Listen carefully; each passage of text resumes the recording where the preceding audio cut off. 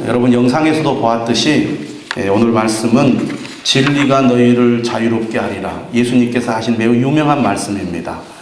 여러분 진리가 여러분을 자유케 하신 줄 믿으시기를 바랍니다. 오늘 우리가 읽은 이 말씀을 보면 이렇게 시작을 합니다. 너희가 내 말에 거하면 참으로 내 제자가 되고. 여러분 예수님을 믿으십니까? 예수님을 믿는다는 것이 무엇일까요? 성경은 여러 가지로 표현을 하고 있는데 특별히 복음서에는 제자라는 표현을 예수님께서 자주 사용하고 있습니다. 예수님을 믿는다는 것은 곧 제자가 되는 것이다. 누구의 제자가 되는 것입니까? 예수님의 제자가 되는 것이다. 이렇게 말씀을 하고 있습니다. 오늘도 뭐라고 말씀을 하고 있느냐? 너희가 내 말에 거하면 참으로 내 제자가 되고. 옆에 계신 분들에게 한번 여러분 물어보시고 또 여러분도 답을 해보시기 바랍니다. 당신은 예수님의 제자입니까?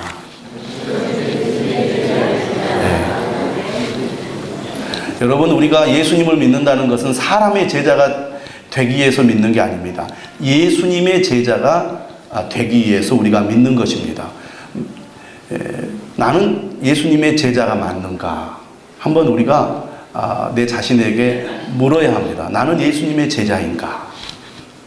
우리는 믿는다고 할 때 그저 막연하게 생각하는 경우가 많은데 참 믿음은 제자가 되는 것입니다. 그런데 오늘 예수님께서 뭐라고 말씀하시느냐면 이렇게 표현을 해요. 참으로 내 제자가 되고. 제자들 가운데 진짜 제자가 아닌 사람이 있다는 그런 암시가 이 예수님의 말씀에 표현이 됩니다. 여러분 6장에 보면 예수님의 말씀이 어렵다고 예수님을 떠난 제자들이 있었지 않습니까? 그래서 예수님이 12제자에게 뭐라고 얘기하냐면 너희도 가려느냐? 그러자 베드로가 뭐라고 대답합니까? 영생의 말씀이 여기 있음에 어디로 가겠습니까? 이렇게 대답을 하고 예수님 곁에 딱 붙어 있게 됩니다. 그런데 오늘 말씀의 배경도 보면 31절이 이렇게 시작을 해요. 그러므로 예수께서 자기를 믿은 유대인들에게 이르시되. 자기를 믿은 유대인들에게. 그럼 자기를 믿은 유대인들이 누구냐? 그 바로 앞절 30절에 이렇게 시작을 해요. 이 말씀을 하심에 많은 사람이 믿더라. 그러니까 이 31절 말씀 앞부분과 뒷부분을 연결해서 생각해 보면 예수님을 믿은 유대인들 가운데 참 제자가 아닌 사람들이 많이 있다는 얘기죠. 믿기는 믿는데 그들의 믿음이 예수님의 제자가 될 만한 믿음이 아직 못 되고 있다. 그런 얘기입니다. 오늘 우리가 나는 예수님을 믿습니다.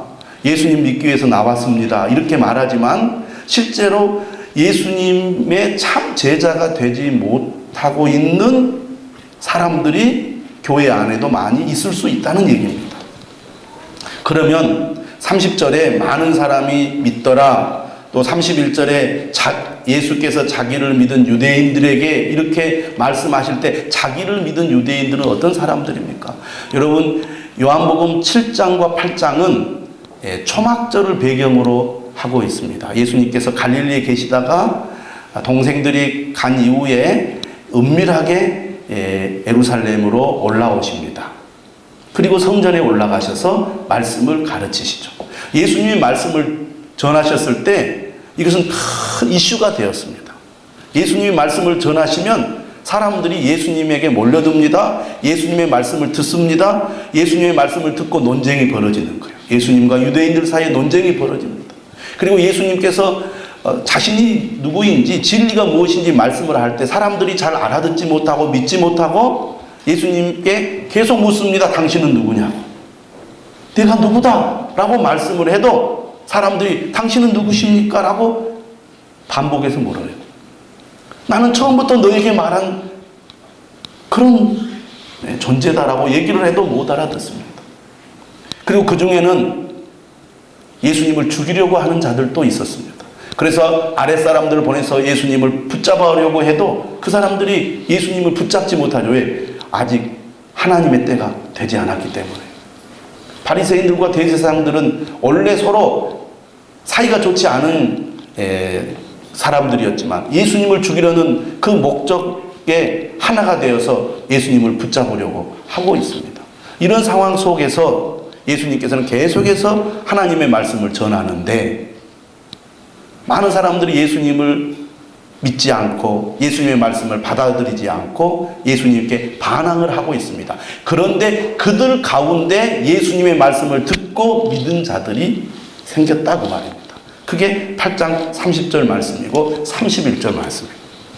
문제는 이들이 예수님의 말씀을 듣고 예수님을 믿었지만 예수님이 볼 때 그들의 믿음은 참 믿음이 아닌 거예요. 그래서 너희들이 정말 참으로 내 제자가 되기를 원한다면, 내 제자가 되려면 어떻게 해야 된다라고 오늘 본문에서 말씀을 하고 있습니다. 여러분, 예수님의 제자입니까? 대답이 줄어들었어요. 아까 여러분 예수님을 믿습니까? 할 때는 다 아멘 했는데, 여러분 예수님의 제자입니까? 예수님을 믿는 것과 예수님의 제자가 된다는 것은 별개의 것이 아니고 같은 얘기입니다. 그걸 우리가 알아야 돼요.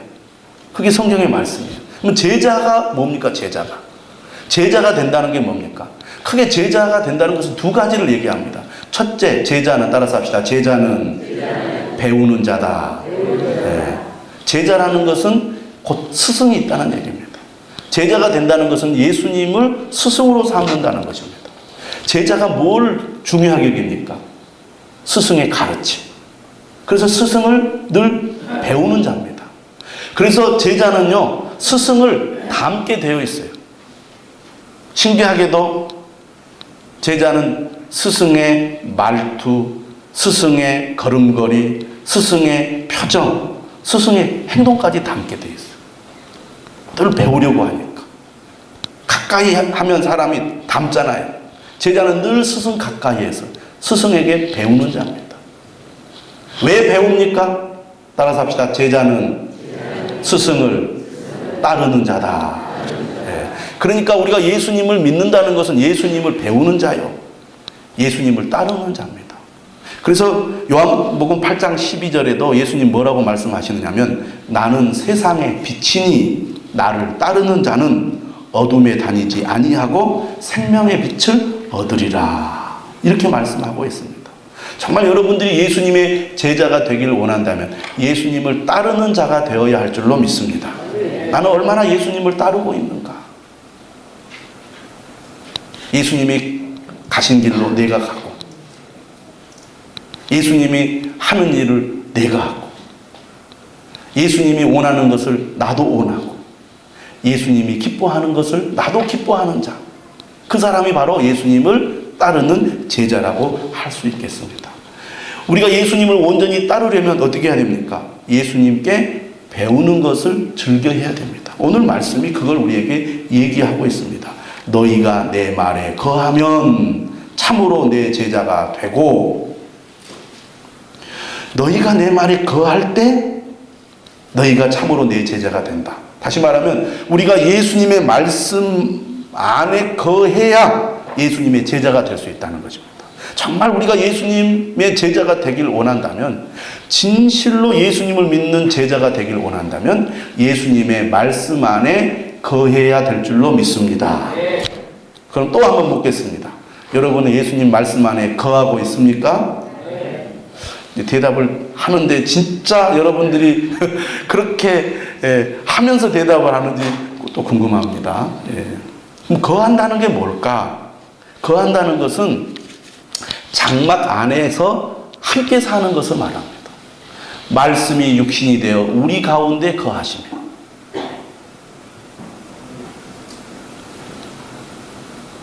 거한다는 것은 바로 친밀한 관계 가운데 있다는 것을 말합니다. 여러분, 우리가 집 안에 가족이 함께 산다는 것은 정말 친밀한 관계죠. 부부의 관계는 에덴 동산의 관계라고 볼 수 있습니다. 속을 다 보는 것이죠. 속을 다 아는 것이죠. 예수님과 우리와의 관계가 바로 그런 친밀한 관계가 되어야 한다고 오늘 말씀하고 있습니다. 거하다라는 표현이 요한복음에서 매우 중요하게 다루어지고 있는 표현입니다. 거하다는 말을 요한복음은 반복해서 강조하고 있습니다. 너희가 내 말에 거한다는 것은 우리가 예수님의 말씀 안에서 예수님과 아주 친밀한 관계 속에 있다는 것을 말합니다. 그러면 우리가 예수님과 친밀한 관계 속에 있으려면 어떻게 해야 되느냐? 몇 가지로 우리가 살펴보면, 첫째는 하나님 주님의 말씀을 항상 청종하는 것입니다. 따라서 합시다. 주님의 말씀을 항상 청종하는 것이다. 이것이 바로 예수님의 말씀 안에 거하는 것입니다. 여러분, 우리가 어떤 이야기를 많이 듣잖아요. 그러면 나도 모르게 내 머릿속에, 내 마음속에 그 생각이 나게 되어 있어요. 그게 광고의 효과입니다. 계속 듣다 보면, 계속 보다 보면 그것이 내 마음속에서 계속 생각이 나고 내 머릿속에서 계속 생각이 나는 거예요. 그래서 여러분, 어떤 음악을 여러분들이 좋아해서 그 음악을 자주 부르잖아요. 자주 부르고 자주 듣다 보면 어느 순간 걸어가다가도 입에서 그 음악이 탁 튀어나옵니다. 그 노래가 튀어나와요. 그 노래를 흥얼거리게 되어 있어요. 그 말은, 그 음악이, 그 노래가 내 마음을 이렇게 감싸고 있는 것이죠. 그 노래가 내 마음을 이렇게 보듬고 있는 것입니다. 그 음악 속에, 그 노래 속에 내 마음이 담겨 있어서 그 속에 내가 빠져 있는 것입니다. 그게 바로 거하는 것입니다. 그래서 그 음악과 내가 친밀해지는 것이죠.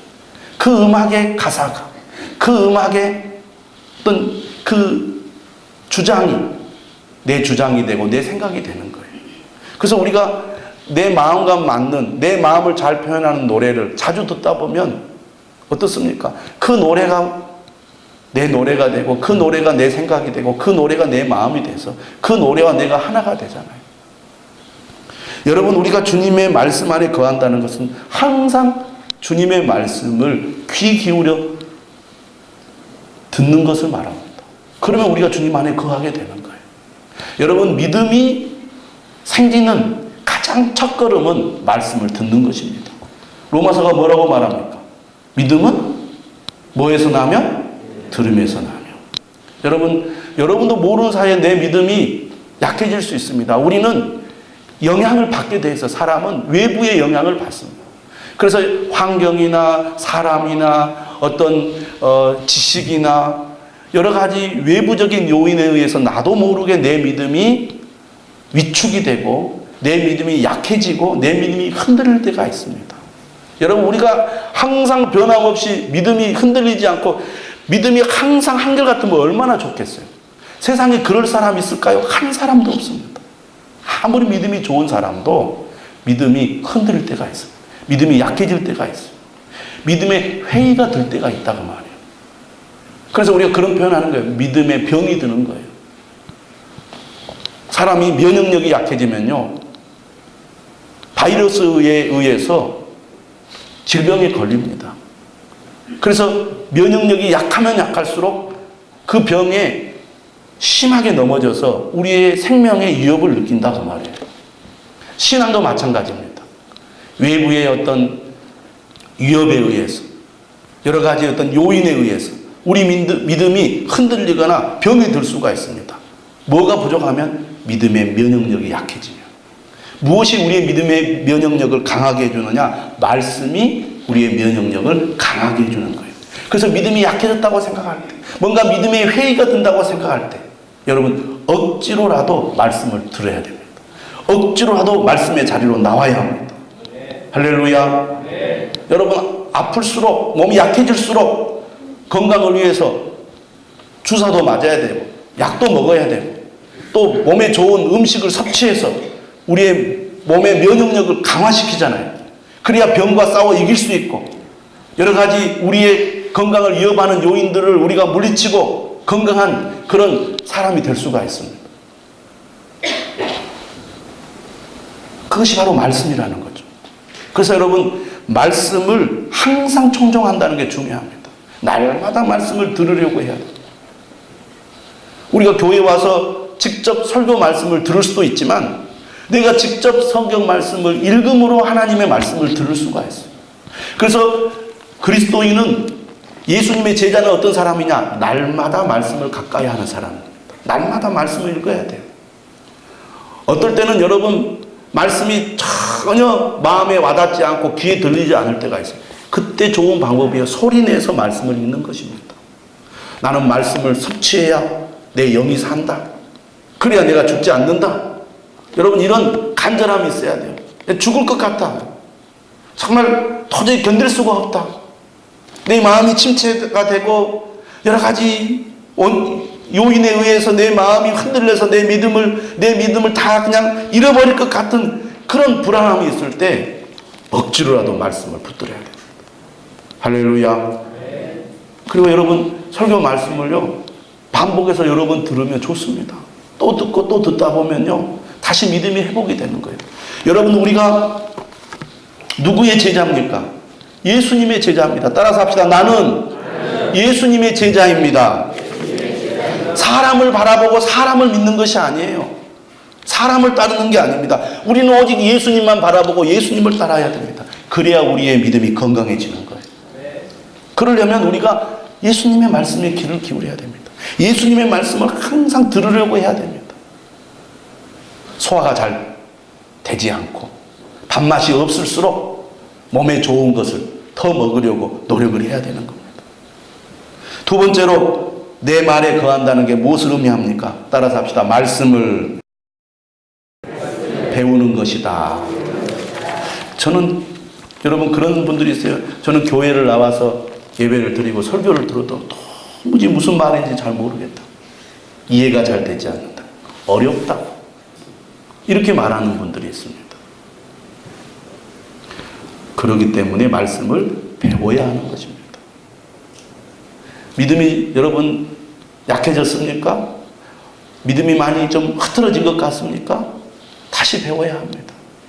여러분, 우리의 인생은요, 평생 배워야 되는 거예요. 학교 다닐 때 내가 공부했다고 더 이상 안 배워도 됩니까? 아닙니다. 우리가 잘 살려면, 사람답게 살려면, 우리의 삶을 좀 뭐라 그럴까요? 의미 있게, 풍성하게, 제대로 살려면 배우는 사람이 돼야 됩니다. 그래서 어떤 사람이 발전이 있습니까? 어떤 사람이 앞서갑니까? 내가 뭘 배울 게 뭐가 있어? 이런 분들은 항상 뒤처지게 돼 있어요. 나이가 들어도. 끊임없이 배우려는 사람은요, 앞서갑니다. 깨어 있습니다. 할렐루야. 제가 존경하는 목사님들 보면은요, 정말 한결같이 배움에 열심히 있는 분들이에요. 여러분, 학위를 따는 것이 중요한 게 아닙니다. 진짜 배우는 게 중요한 거예요. 어떤 나의 경력을 쌓기 위해서 공부하는 사람들이 있어요. 학위를 따기 위해서. 정말 필요한 것들을 알고 그것을 습득하기 위해서 배우는 사람이 진짜 박사고 훌륭한 사람인 거예요. 그래서 끊임없이 배우는 사람이 삶을 풍성하게 사는 것 같아요. 여러분, 우리가 직장 생활을 잘하기 위해서도 끊임없이 배워야 됩니다. 사업을 잘하기 위해서도 배워야 합니다. 신앙생활도 마찬가지입니다. 끊임없이 배우려고 해야 돼요. 근데 이상하게 사람들이 하나님의 말씀은 잘 안 배우려고 합니다. 저 과거에 다 했어요. 양육도 받았고 훈련도 받았고 제자 훈련도 했고 다 했는데 또 무슨 공부를 하라고 하십니까? 싫어요. 특히 남자분들이 배우기를 싫어하셔요. 그러면 안 배워도 좋습니다. 안 배워도 정말 하나님 은혜로 충만해서 믿음으로 기쁨으로 순종함으로 살면 안 배워도 돼요.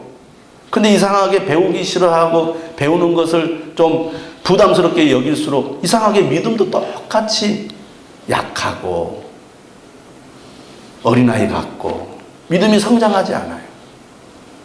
여러분, 정말 여러분의 삶이 풍성해지기를 원한다면, 주님의 제자가 되어서 제자답게 살기를 원한다면 주님의 말씀을 배우시기를 바랍니다. 저는 나주에 와서 이 교회를 시작할 때부터 배우는 것을 매우 중요하게 여기고 강조를 했습니다. 여러분, 정말 여러분들이 그리스도인이라면, 우리 교회 교인으로 살기를 원한다면 말씀을 배우고 훈련하는 일에 참여하십시오.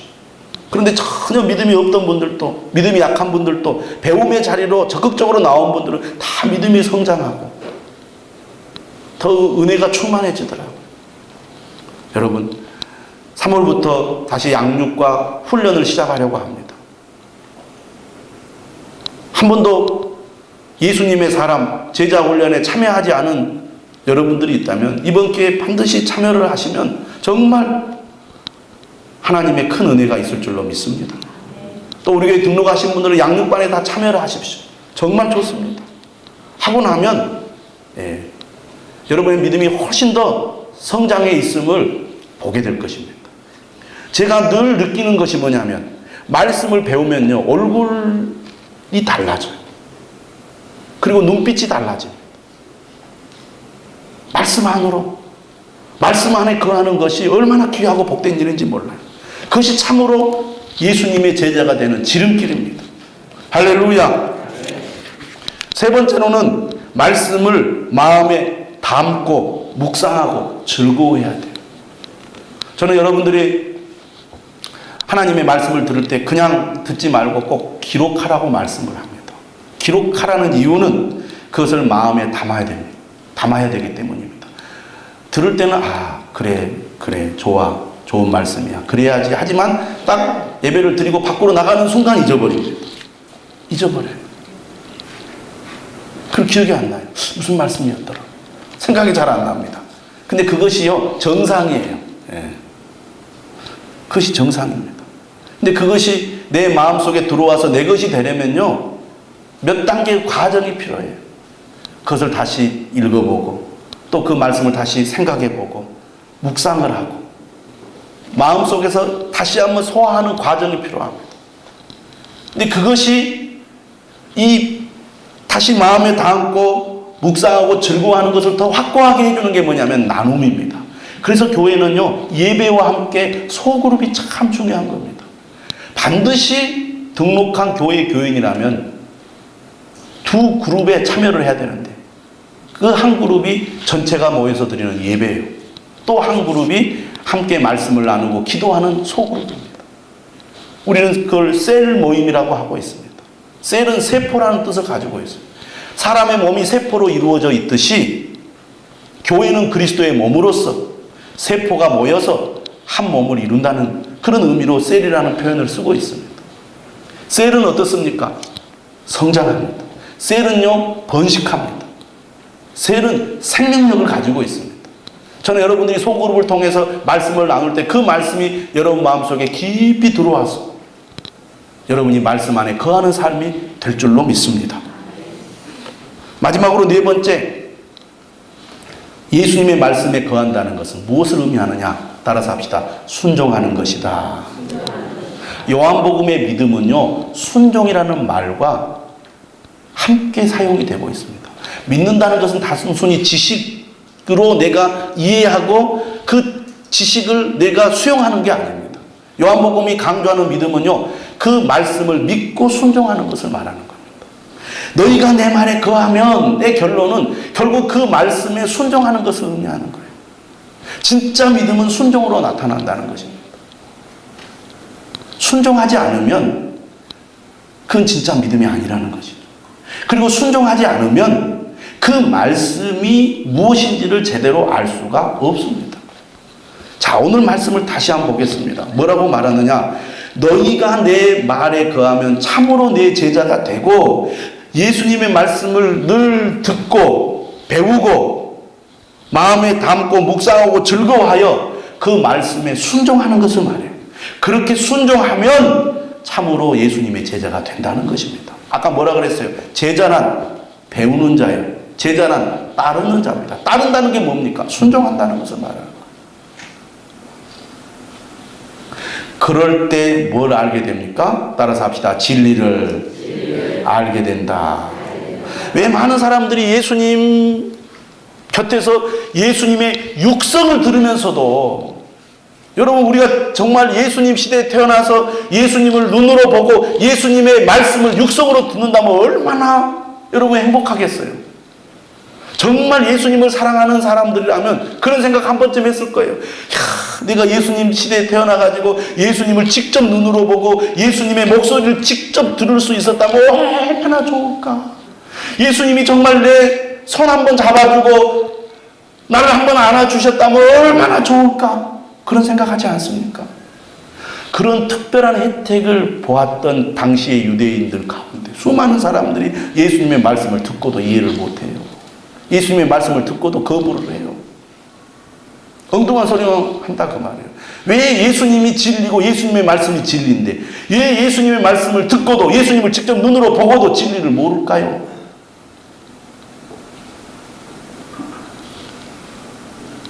진리를 아는 길은요, 예수님 말씀 안에 거할 때 알게 된다는 거예요. 순서가 그렇게 되어 있어요. 우리는 이렇게 말합니다. 내가 정말 하나님의 말씀이 진짜고 진리라는 것을 내가 알게 되면 그때 내가 예수님을 따르겠습니다. 그때 예수님을 내가 제대로 믿겠습니다. 그때 내가 예수님 말씀 안에 거하겠습니다. 이렇게 우리가 사실은 반응을 합니다. 그런데 주님은 어떻게 말하냐? 반대로 얘기해. 너희가 내 말에 거하면 내 제자가 되고 진리를 알게 될 것이다. 그 말씀, 비슷한 말씀이 7장 17절에도 나와요. 사람이 하나님의 뜻을 행하려 하면 이 교훈이 하나님께로부터 왔는지 내가 스스로 말함인지 알리라. 우리가 언제 주님의 말씀을 제대로 깨닫고 알게 되느냐? 하나님의 뜻을 행하려고 할 때. 여러분들이 말씀을 들을 때요, 말씀을 들을 때 어떤 말씀을 하시는지 한번 내가 들어보자. 맞는가 안 맞는가 한번 따져보자. 내 마음에 들으면 내가 좀 움직이고 좀 내 마음에 안 와닿으면 그냥 내가 털어버리자. 이런 식으로 말씀을 들으면요, 말씀을 깨닫기가 어려워요. 주님 말씀 하시면 내가 그 말씀대로 내가 살아보겠습니다.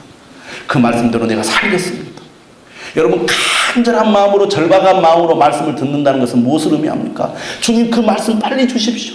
그 말씀대로 내가 한번 진짜 한번 내가 행동에 옮겨보겠습니다. 실천해 보겠습니다. 내가 순종하겠습니다. 그런 간절함과 사모함으로 말씀을 들을 때 말씀이 와닿는 거예요. 그런 절박함이 말씀을 듣는 자에게 있어야 된다 그 말입니다. 순종하고자 하는 그 열망과 갈망이 없이 말씀을 들을 때 그 말씀이 내 마음에 와닿지 않습니다. 그 말씀이 내가 제대로 깨달을 수가 없어요.